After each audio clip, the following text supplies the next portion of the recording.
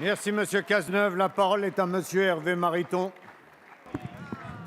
Oui, Monsieur le Premier ministre, ou qui le remplacera, nous adhérons aux objectifs d'un monde moins pollué, avec moins de CO2, ceux de la lutte contre le changement climatique, dans l'esprit de la COP 21. L'industrie nucléaire française, nous dirons donc au ministre de l'économie, peut et doit y contribuer.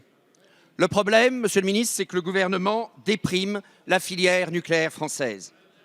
L'action EDF, vous l'avez rappelé hier, Monsieur le ministre, a perdu près de 60% en un an. Ce n'est pas qu'en France, mais en Allemagne, par exemple, E.ON a perdu 30%. Ce n'est pas la même chose. La Deutsche Bank a fait une proposition, ça l'engage, une solution pour EDF, c'est un changement de majorité, un gouvernement plus ouvert à l'avenir du nucléaire. Ce sont évidemment les Français qui décideront. Hélas, beaucoup d'hypothèques sont aggravées par le gouvernement. Fessenheim, son éventuelle fermeture. Avec mon collègue socialiste Marc Goy, nous avons chiffré le coût, 4 milliards d'euros. Le gouvernement a aussi fragilisé le dossier d'enfouissement des déchets nucléaires par le choix d'une mauvaise procédure parlementaire. Le coût est passé de 15 à 30 milliards d'euros. La procédure n'est évidemment pas en cause sur ce point, mais le coût explose. Vous connaissez les difficultés de recapitalisation d'Areva, avec un risque d'aggravation du déficit budgétaire. Les enjeux sont considérables. L'emploi, l'industrie, l'environnement sont en cause. La responsabilité du gouvernement est grave. Alors, Monsieur le ministre, vous l'accorderez, quand une loi est mauvaise, il faut la changer. Le gouvernement a commencé de le faire sur la loi Allure, s'agissant du logement. Quand le fera-t-il sur la loi de transition énergétique, qui, sur ce point, massacre la filière nucléaire? Renoncerez-vous à fermer Fessenheim? Sinon, un jour, est-ce que vous nous direz combien cela va coûter? Combien va coûter la recapitalisation d'Areva? Dites-nous si vous allez changer de politique, ou précisez-nous, Monsieur le ministre, combien de dizaines de milliards d'euros votre politique actuelle va encore coûter aux contribuables français. Merci. La parole est à Monsieur Emmanuel Macron, ministre de l'économie, de l'industrie et du numérique.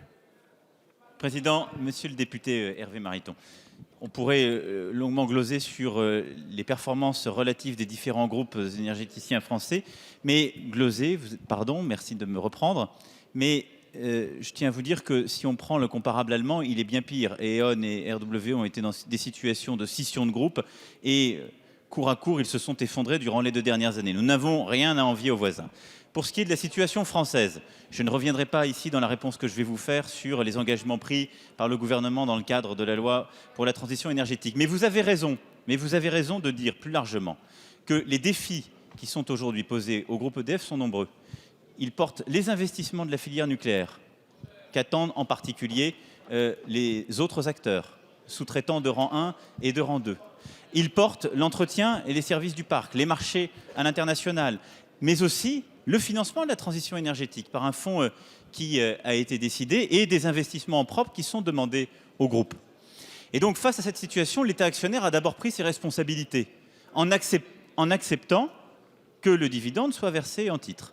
Et donc en ne demandant pas d'argent, comme c'était classiquement le cas, à l'entreprise. C'est un premier pas. La deuxième chose, c'est que nous sommes en train de réorganiser la filière nucléaire avec, comme vous le savez, une discussion qui est en train de se finaliser entre EDF et Areva. Et dans ce cadre-là, je ne souscris pas à vos propos, puisque ce n'est pas mauvais pour EDF. Cette réorganisation, elle permettra à EDF de contrôler une filiale commune qui permet justement de produire et d'exporter des réacteurs et d'avoir clarifié l'ingénierie de ce groupe. Donc c'est bon. Maintenant, le défi qui nous est porté, c'est en effet d'avoir dans les prochains mois une analyse pleine et complète du coût complet de toutes ces politiques pour que EDF puisse préparer aussi la transformation de son modèle. Parce que l'EDF de demain ne sera pas non plus le modèle de l'EDF d'hier. Merci, Monsieur le ministre.